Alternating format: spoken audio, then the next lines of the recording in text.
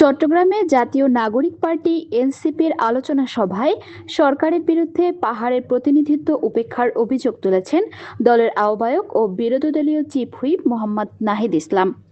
তিনি বলেন, বর্তমান সরকারের মন্ত্রিসভায় পার্বত্য চট্টগ্রামের কোনো প্রতিনিধি নেই, যা দেশের ইতিহাসে নজিরবিহীন। আজ বিকাল ৩টায় চট্টগ্রাম প্রেস ক্লাব মিলনায়তনে জাতীয় নাগরিক পার্টি এনসিপির ৩ পার্বত্য জেলার উদ্যোগে অনুষ্ঠিত পাহাড়ে জুলাই সমমর্যাদা সহাবস্থান ও সম্প্রীতি শীর্ষক আলোচনা সভায় নাহিদ ইসলাম এমন মন্তব্য করেন।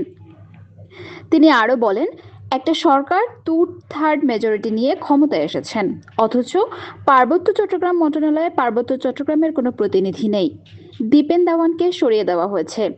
এটা বাংলাদেশের ইতিহাসে কবে হয়েছে আমার জানা নেই। প্রধান অতিথির বক্তব্যে নাহিদ ইসলাম অভিযোগ করেন, সরকারের জবাবদিহিতার অভাবের কারণেই এমন সিদ্ধান্ত নেওয়া সম্ভব হয়েছে। তিনি বলেন, জুলাই সনদ বাস্তবায়নের দাবিতে পার্বত্য অঞ্চল থেকেও সোচ্চার হওয়া জরুরি।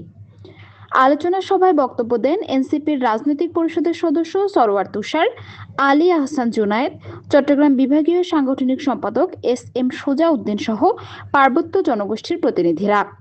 বক্তারা পাহাড়ের সমমর্যাদা, শান্তিপূর্ণ সহাবস্থান, সম্প্রীতি এবং সাংবিধানিক অধিকারের বিষয়টি নিশ্চিত করার উপর গুরুত্ব আরোপ করেন।